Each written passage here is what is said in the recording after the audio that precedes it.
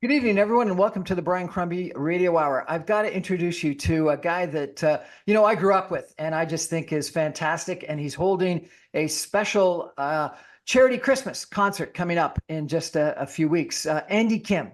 Andy, how are you, sir? I'm having the great life, to be honest with you. It's been a magical one. Um, I did a show last night, just woke up, so I'm okay. What was the show last night? Where was it? I wanted to come. Pembroke. Fantastic. Yeah, it was really great. And tell us about this concert that you're having in early December. Well, about 20 years ago, I I find Christmas time a melancholy time for me, to be honest with you. Okay. Most people ask me that question, and I used to dodge the question, but I think I got to a point many years ago to just say, "Hey, I'm melancholy at Christmas time. Don't know why, but just am." And whether I was at home with my mom and dad and brothers at an early age, it's just I can't explain it. Um, so instead of explaining it, I decided that I would do things during December that would occupy me. I would do things, charity work, going to orphanages, which I did during the year when I was touring, bringing my guitar and doing that kind of stuff. So 20 years ago, I had just met a brand new set of people in Toronto. And I thought to myself, maybe I can do this. I can ask people to show up and maybe get it a little decorated, have a Christmas tree, and just spend time singing songs with friends. And I thought it was just a one-off, Ryan, but it turned out to be 20 years of doing this. 20 years you've been doing a charity Christmas concert. It's been 20 years. It will be 20 years on Wednesday, December 4th. And it's for me, it's just a distraction from the things I do during the year. This is not an Andy Kim evening. This is with just an incredible array of artists that I've had every year. They help me look good, to be honest with you. And this year, it's incredible. Who have you got singing with you, performing with you?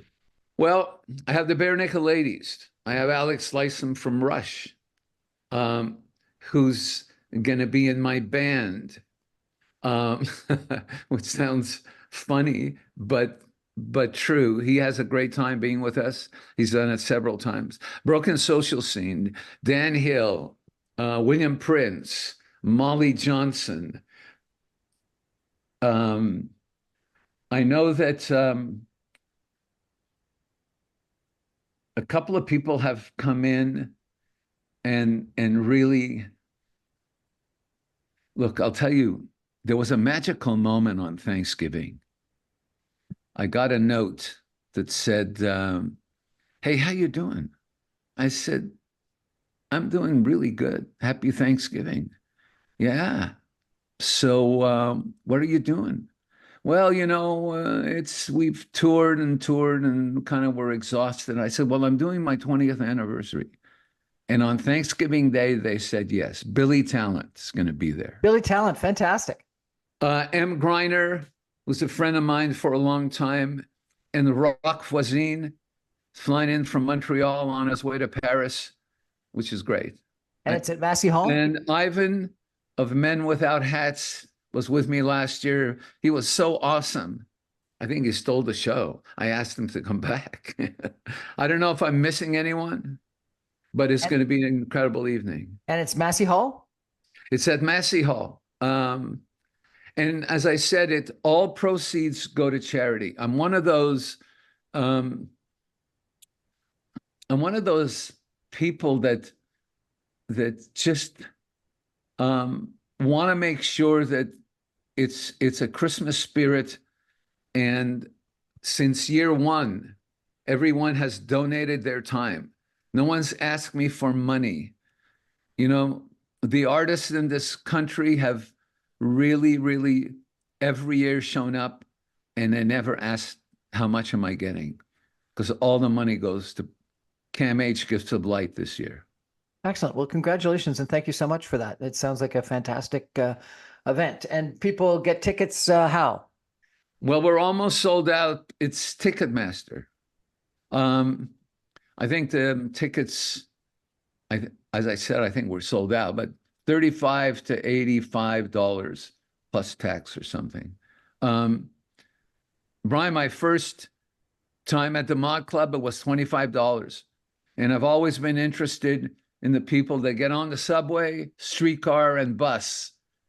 And everyone else came in second for me. That's why I do the Christmas show, for the folks to see all these great artists all at once. Well, it sounds like a fantastic event. And it's December what? December 4th, a Wednesday. December 4th, Wednesday, Massey Hall, Andy Kim's Christmas charity concert with proceeds to Cam H. Fantastic. Thank you so much. Andy, you know, I think most people remember you for some of the songs that you released yourself, but I understand you were also a songwriter and producer for other people as well. Is that correct?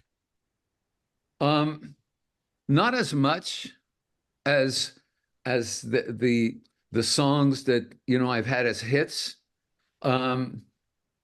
But through the years, I've done that with other people, but it hasn't been. It's been a long time since I've done it recently. Do you have something I don't know? No, I just didn't realize that you wrote for the Archies, Sugar Sugar. Is that true? Yeah, I wrote for the Archies. I wrote for the Monkees. What did you write for the Monkees? I didn't know that. Yeah, with their last album, they used 3 of my songs. Played guitar on all those songs. Played guitar on the Archie songs, Sugar Sugar, and look, Sugar Sugar was kind of a magical moment, to be honest with you. Do you have a moment? Yes, please. So, May 24th, 1969. Baby, I Love You hit the American charts for the first time and became my first million seller. May 24th, 1969, a song that I had written also came out, but nobody wanted to play it till July, the middle of July. Nobody wanted to play cartoon characters that are on TV. Everything was supposed to be real. You have to be real. Okay, well, I just figured that music was music. It didn't matter how it came, what shape it came, who was doing it. And so Sugar Sugar finally got on the charts. In September, middle of September, it became #1 on the Billboard charts for 4 weeks. Dislodged the Stones. Sold millions of records around the world, and is still selling today. And if you're 5 or you're 105, you can finish the song. I'll go sugar, and they'll finish the song. So I can't take a bow for a magical moment. You know, a lot of people were writing songs for the Archies. I was lucky that my song was chosen, and it became that big a hit. And your biggest hit, was it Rock Me Gently? Rock Me Gently followed, and it was one of those things in my life at that time where after Sugar Sugar, you know, you're only as good as your last 2 minutes and 30 seconds. That's what Lieber and Stoller told everybody. And in case you're wondering what Lieber and Stoller were, they wrote Hound Dog for Elvis Presley and Jailhouse Rock and so many. Oh my God, really? Yeah. And and it's where I learned my craft. And so 5 years later, moving from New York City to Los Angeles, um, I I had written a song one morning, didn't know any musicians. I called a buddy of mine in New York, and he said, "Well, why don't you call the musicians union?" So I called the musicians union. Um, 5 strangers showed up, and an hour and a half later, I had, without my vocal, "Rock Me Gently." So the following day, I put on my vocal, and I got some wonderful artists to sing "In Time and Time," and and went around to every label in the United States, and everybody said no. And I never ever thought that the word no meant anything other than, oh, okay, this gives me an opportunity to create my own destiny. So I came back home to Canada, started my own record company. I was my own, um, well, I was I was a record label with one guy, and just sent it to radio stations, and they started playing it. And thanks for CKLW in Buffalo, someone in New York City heard it, and the rest is history. So the Fantastic only story. lesson that I can give anybody, it's just because someone says no, it doesn't mean no. It just means you have an opportunity to continue to create what you want to do. No is not a stop sign for anything. Well, maybe for some stuff. So you got a gold disc on that, 3 million copies sold, #1 in Canada, #1 in the US, and #2 in the UK, I understand. Yes. In total, around the world, it ended up being 6 million copies sold. Fantastic. And just because I didn't listen to anybody. And you've won Gold Leaf Juno Award, Best Male Vocalist Award, Hall of Fame Award. What award is the one that you're proudest of? I think I would give back all my gold records and all my awards to be officer of the Order of Canada, to be Really? honest with you. Yes, because you know what? My parents were immigrants. We lived in the tenements. I had a dream. I didn't have a wish. I don't wish for anything. I dream about stuff. If you're wishing, is most of the time it's not going to happen. But if you have a dream, you will fight for that dream. What was your dream? It was when you were 12, I understand. What was your dream? My dream, and that was through a transistor radio. My dream was to go to New York City, um, just write some songs, have some hits, and have girls chase me. Did they? Because that maybe. Um, but that's really what I was listening to when I was listening to WABC in New York. Um, it was always, this band is coming, this band with the Beatles, that was a little before I got a hold of the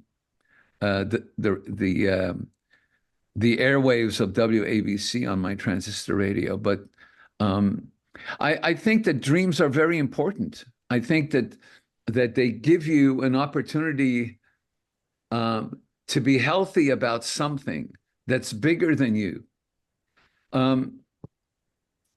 I will give you a quote that I read recently. It's by a Canadian who was born in 1860. His name is Basil King, who said, "Be brave and mighty warriors will come to your aid." Be brave and mighty warriors will come to your aid.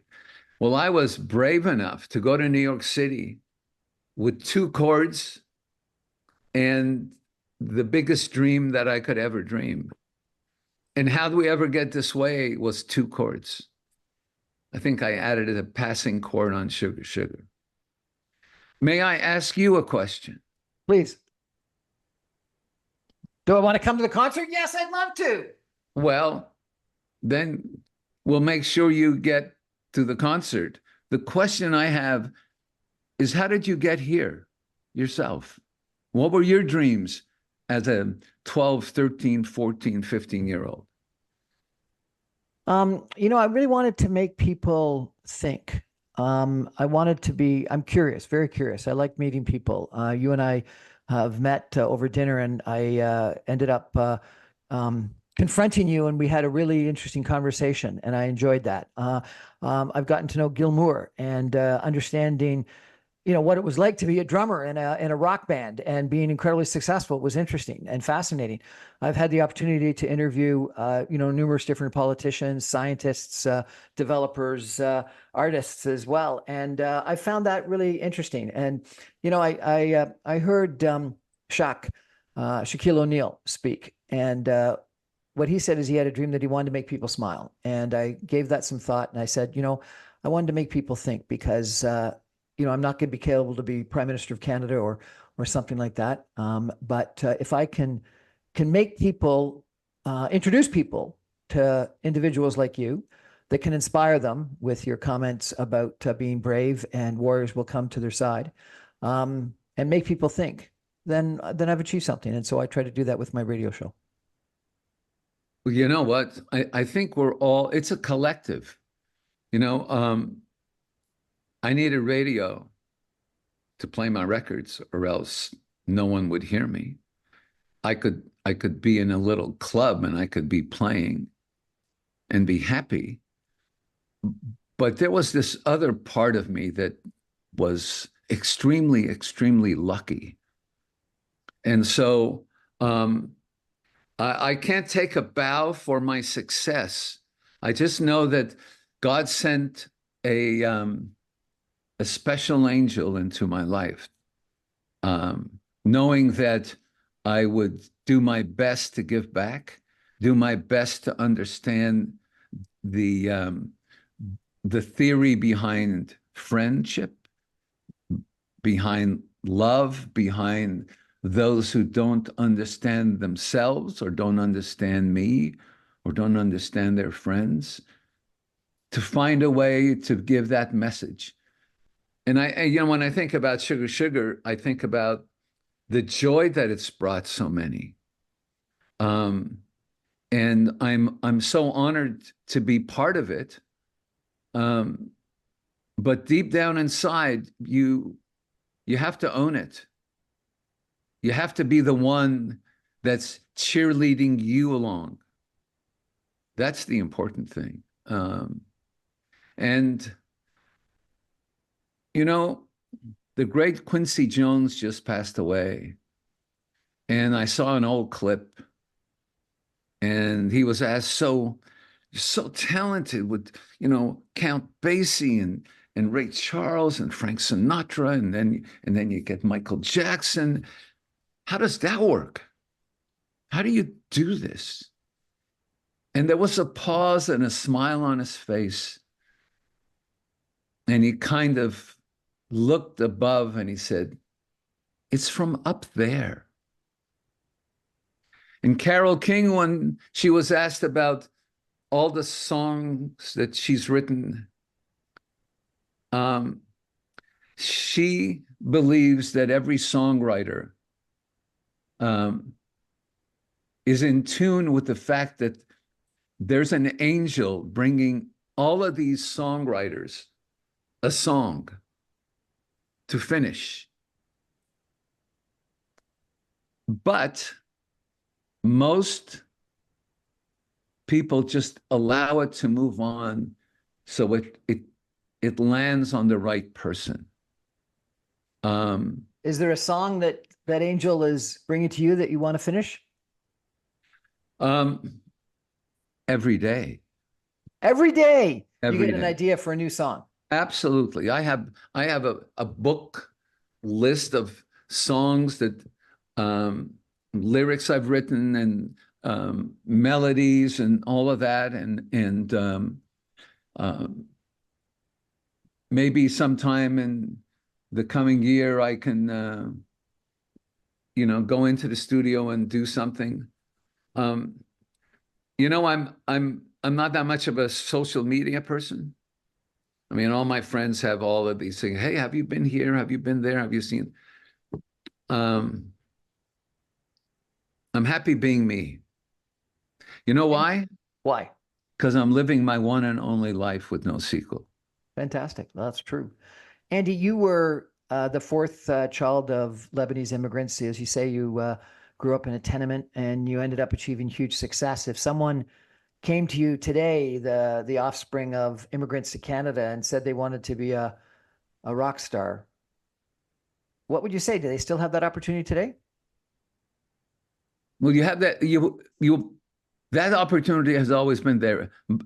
Not don't mean to correct you, but I'm the third of four. Oh, I apologize. So I'm the one that was a troublemaker at home.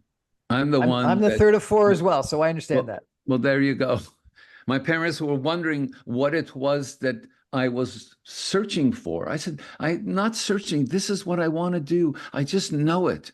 And the only reason why I knew it was because I listened to a radio station called WABC in New York City, how lucky I was to find that anchor. And anybody who wants to be anything, once you think, well, there's so many people, and once you bring an excuse to the conversation that you have with yourself, um, you lose. So the only advice I have is, who are you, and what do you need? Fortunately for me, I don't know about you. My mom would always remind us who we were in the hierarchy of stuff. So my older brother was kind of like my dad. The second eldest was a combination. The youngest was also a combination. And it's when it came to me, like, so who are you growing up to be? And she said, you're growing up to be you. And so I've this is not a quote from me, but I read it a long time ago and I really, really understood it. This is your one and only life without sequel. So what are you doing with it? And some people I know are distracted by their one and only life. And sometimes they understand some of it, but they're too busy arguing with someone else, getting in touch with their own being was the last thing they think about, because this is such a valuable quote that I heard a long time ago.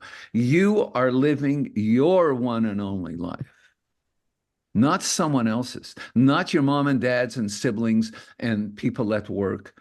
You can care about people, but who are you? And as soon as you find out who you are, your destiny is in front of you. But if you don't, you're going to be lost in the wind. Great inspirational words, and thank you for that. When and how did you find out who you were? I think I was always the kid that I was always a dreamer. So, being in a tenements was not living in a tenement. So I lived somewhere else in my head. So I don't think I understood the value of living your one and only life till I started touring and traveling and being around a lot of people. I I was an altar boy, and I loved being an altar boy, and I loved the school that I went to, and I think I was the only kid in class that carried an umbrella when it was raining because I wanted the teacher to see how well I did in my homework. but you know, I there was nothing that happened in my life that changed my course. I learned a lot. I failed a lot, but my course was there. I mean, when everybody, as I said, when everybody turned me down for Rock Me Gently, I was kind of really bummed out. You know, I had had a lot of hits, sold millions of records around the world, and and when I first got to the Brill Building and Lieber and Stoller, you had to understand that you're only as good as your last 2 minutes and 30 seconds. You've heard about that? I have. You know, in radio, they call it ratings. In television, they call it ratings. So if no one's watching you and no one's buying your record, then you're done. Regrettably, in business, it's your last deal. Yeah. And so it's not about getting the first record company or your ratings or the last deal. It's about who are you when those things happen. And you can't blame the universe. You can't say, well, you know, that person should have been, and if only. It's a waste of time. It's all about you, not in a selfish way. Well, last year you became an officer of the Order of Canada, and so congratulations for that. And Thank you. thank you for joining us today. It's been a real honor and privilege for me to get to know you even better. And thank you for the role you play with this charity concert that's coming up at Massey Hall on December the 4th with you and numerous of your friends and colleagues. I really appreciate what you're doing for CAMH and the Christmas spirit in Toronto. So thank you for that. Thank you. And I'll see you on the 4th, I hope. I look forward to it. Okay. Thank you, my friend. God bless you.